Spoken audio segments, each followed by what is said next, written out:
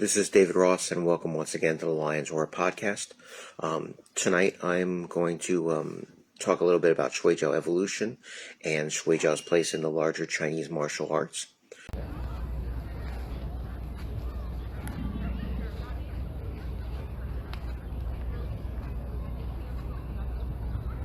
As I've mentioned before, a lot of times people want simple answers, black and white answers, but most of the time the truth is somewhat in the gray. It's neither black nor white. It's not a simple answer. So one of the nice things about being on the internet is I do have friends that are all over the place, and I chat pretty frequently with a lot of them, and one of them, who's located in Beijing, pointed out correctly that, we can't talk about the Chang Dongsheng Baoding lineage and not realize that it's somewhat different from the more mainstream or the wider traditions of Shuai Jiao that still exist on the mainland. And of course, that's correct. But it's, again, not, Chang Dongsheng, Baoding or Chang Dongsheng is completely different than Shuai Jiao on the mainland, which is not true. But how are they different? Why are they different? These kind of things. So, first of all, when we talk about Chang Dongsheng's particular lineage, it's not just Baoding, but it's Chang Dongsheng's, and it's obviously influenced by his own training and experience. And in addition to, being probably the most prominent wrestler in the Baoding lineage, who was, even as a young man, extremely gifted, obviously. They called him the Flying Butterfly, and he had matches with Mongolians that he won, and, it was amazing. But then he went to the Central Goshu Academy and did cross-training there, and then became involved, obviously, in training the military and the police. So when we talk about Chang Dongsheng lineage, obviously we're talking about something that was influenced by his experiences in Central Goshu Academy, and also, his desire to continue to train military and police. And so one of the things that we've talked about in the past is the fact that in the Central Goshu Academy, obviously there was judo influences. And so, for example, actually someone else I know who doesn't live in Beijing anymore, but lived in Beijing and did Shuai Jiao, said, look at Chang Dongsheng, they're doing it indoors on mats in bare feet. Much more like judo than, most of the time when you see Shuai Jiao in the mainland. I mean, sometimes they do it indoors, sometimes they're doing it on mats, sometimes they're doing it outside, and sometimes they're doing it, just on the grass or in the streets, and they're wearing shoes. This is one of the differences. In Jiang Xingping's lineage, when we were doing the book and, outlining some of the things that he adopted were clearly judo techniques. The scissor takedown and the sacrifice, bag of rice throw, where you throw them, up and over with your leg, and the stomach throw. And obviously the emphasis on Qinna for police use, to what they call the daibushu, these kind of things. And, if you look at Chang's book, it's hard to find copies, but you can find pieces of it on the internet. He's talking about rifle defenses and, seated defenses, much more like what we consider like sort of standard martial arts. Whereas when we look at a lot of the stuff that's going on in the mainland, what we see is more emphasis on what they do in the for lack of a better word, the sport. In other words, what you would do getting together for a match. So it's not that simple, though. Chang Dongsheng obviously was influenced by Central Goshu and, that military experience. But remember, his teacher's teacher, what I would call Sigong, I kind of revert always back to Cantonese, had already incorporated what he called, Shaolin Chuan, which is, sort of a generic term for the kind of long fist stuff that's up in the north. Not necessarily actually related to Shaolin Temple, but he had included striking stuff into his tradition that made it already a little bit different. But let's go back and look at, for example, Beijing and Tianjin, but particularly Beijing. Does that mean they were only doing the quote-unquote sports stuff? And I hate that term anyway to begin with.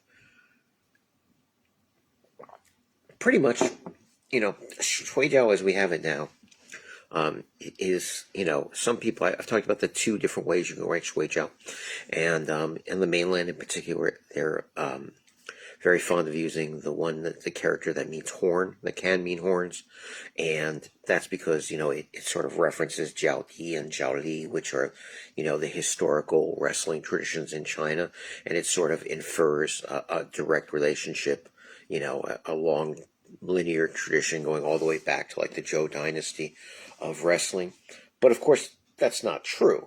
Shuai Jiao, in all the forms, whether it's Baoding, Chang Dongsheng's particular version of Baoding, or the mainland version, or other mainland versions like Tianjin and Beijing style, all basically come out of Shampuying.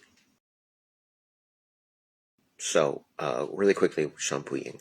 I go into great detail on this in the books, both the Shuai Jiao Encyclopedia and also the Baoding book that I did for with James. But this served several purposes. One was they engaged in sort of, again, just using this convenient term of sport, but that has like a lot of baggage attached to it. But they did basically sport matches with the Mongolians. It was a kind of soft power. It was kind of diplomatic. The Manchu dynasty felt by having these matches with the Mongolians, they were, engaging them and keeping their relationships with them. So these matches were important from a diplomatic reason. But the Shampuying also was responsible for being bodyguards, the most direct personal bodyguards to the emperor. So that's more of what we think of as martial arts, right? You're not going to be a bodyguard and only think about what technique is going to score me a point in a match. And they were also responsible for training the most direct imperial family in the martial skills that were considered essential. And so, part of that was archery. So, for example, I think the exact numbers escape me at the moment. I have it in the book. I think about 20% of the Shampuying were like expert archers. The rest of them were wrestlers. But there were other things also that, the wrestlers had skills in. More martial arts things than just wrestling matches. And remember also that when we talk about these sport wrestling matches, these are pretty rough. I mean, you can still see even among the Mongolians in their quote-unquote sport, it's hard, and don't think that those guys in a bar fight wouldn't beat the tar out of you. This is the problem I have with sport. It makes it sort of seem like it's so divorced from fighting. But beyond that, when the Shampuying dissolved, when the empire dissolved, when it became the Republic period, and gave birth to all these traditions, because for example, obviously, some of them stayed in Beijing because they had been in Beijing in the Forbidden City, and then suddenly they were out of a position, out of a job. Some went to Tianjin, which is real close. Some went to Baoding. There's basically the idea that even before it dissolved, people were leaving or coming and going in and out, and so that gives birth to the Tianjin and Baoding and Beijing traditions even before the dissolution of the Shampuying. But certainly afterwards, we know specific camps that were formed, and one of the ways that they had to make a living was by doing street performances. Now, street performances don't in any way imply that they lost their real skill. You have to do stuff to make it entertaining, and you do your street performing traditions, but that makes them part of the Zhanghe, subculture, which means that while performing on the street, they could be challenged by other martial arts people. They would have to accept, and if they lost a fight, they would have to give up that area, and then that would be horrible, because then you have to go and try to find an area, and probably there was somebody else in that area, and then you'd have to fight for it. So the idea that these guys weren't still training hard and rough and ready, and also weren't familiar with anything other than the things that you traditionally do in a quote-unquote sport match, is misleading. They had to prepare for somebody throwing kicks and punches and knees and elbows and headbutts and other stuff at them, because that's reality.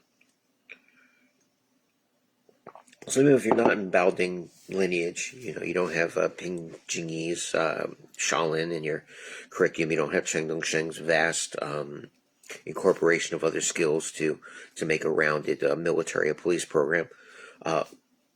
Wrestlers come from, no matter what their tradition, Shuai Jiao wrestlers come from something where they had been imperial guards, they had been bodyguards, they had been on the street making their living that way in the Zhanghe, and they had to survive, so they had to learn how to fight just like everybody in that tradition had to learn to fight. And then of course, you look around and see how much cross training was going on. Cheng style Bagua. Early on in Bagua history, well, one of the guys was a wrestler. Obviously, he was a wrestler who didn't feel that he should be limited to just wrestling, in a sports kind of setting. He was studying, went to study Bagua to learn, a more, what we consider martial arts kind of thing. I really don't get where this whole idea that Shuai Jiao is not part of Chinese martial arts tradition.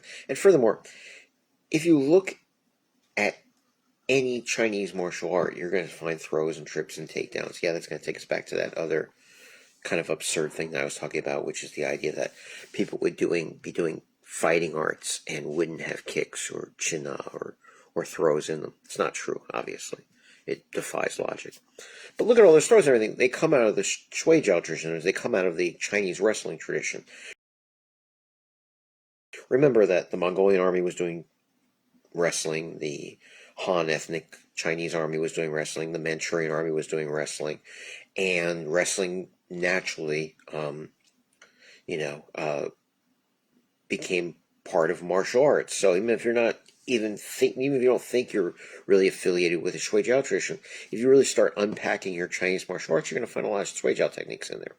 Then we get to like sort of a chicken and egg thing, which is, were they originally military techniques and then they were used for sport? Were they originally sport techniques that they were then used for military? And it probably was both. In other words, there might have been, stuff that they were doing for, as I say, ritual and recreation that then found their way into, this is useful for combat, and there might have been things that they developed for combat that then, found their way into the quote-unquote sport. So, it's all this gray area. It's not black and white, and that's why when people make these pronouncements, a lot of times I sort of, play the devil's advocate and say, oh, really? Another thing I want to talk about, I don't know if I'm going to include it in this video when it goes onto the public one, but if you're in my private group, I put up, some drills, some Shuai Jiao drills, separating hands.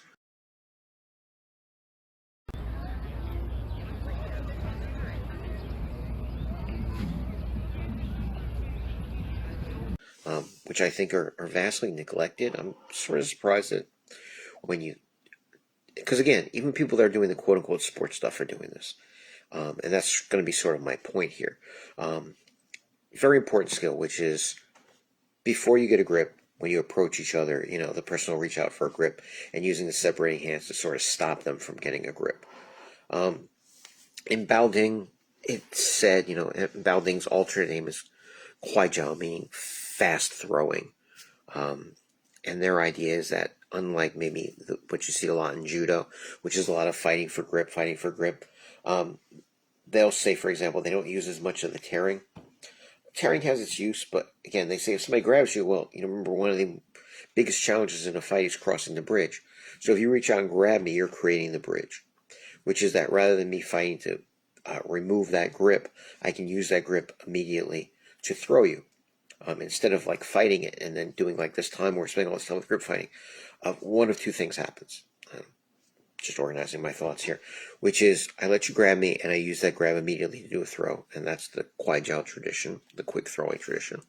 Or I stop you from grabbing me with these separating hands, and then it gives me an opportunity to then throw you or keep my distance. When you do these basic drills, there's high on the outside, both sides. There's deflecting people reaching in straight. There's, stopping them if they're reaching low for either your belt or for your leg. These drills start looking a lot like when we're doing, parrying and blocking against strikes. And again, if I put up the video, I think you'll see it.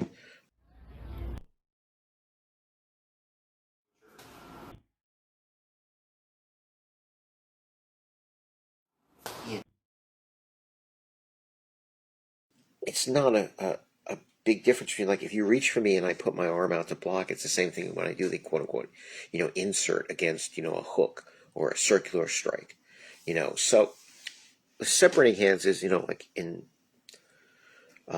my system, we call it, 6-gate blocking. And it's basically what you're doing. You have 6 gates and you have to, like, keep them from gripping you in any of these 6 grip. And what's interesting is I have a student who's also doing a lot of Kali, Filipino knife fighting. And as soon as we started doing these drills, I went, oh, it's a lot like the knife thing. And of course it is.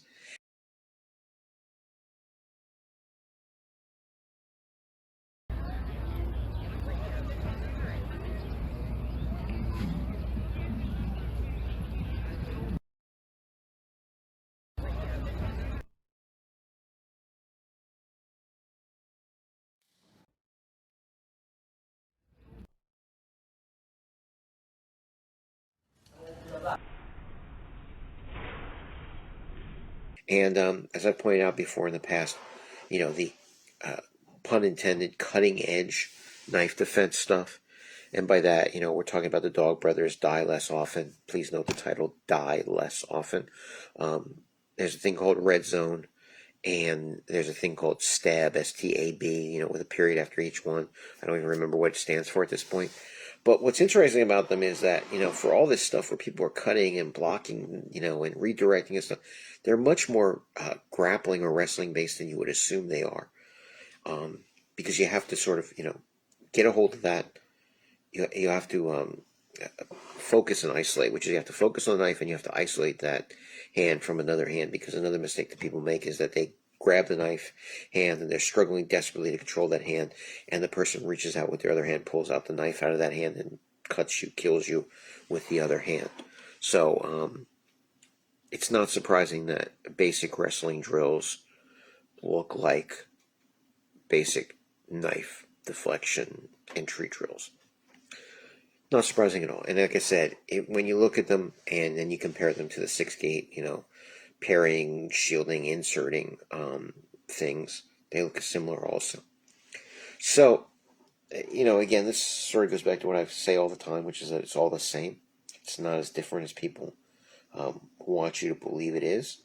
And also that the answers are not as simple as people lead you to believe. They're always sort of, gray, not black and white.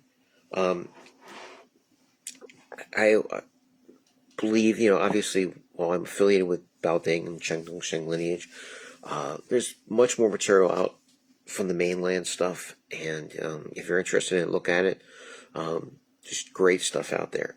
Actually, the best materials out there are not Baoding, they're mainland versions of stuff.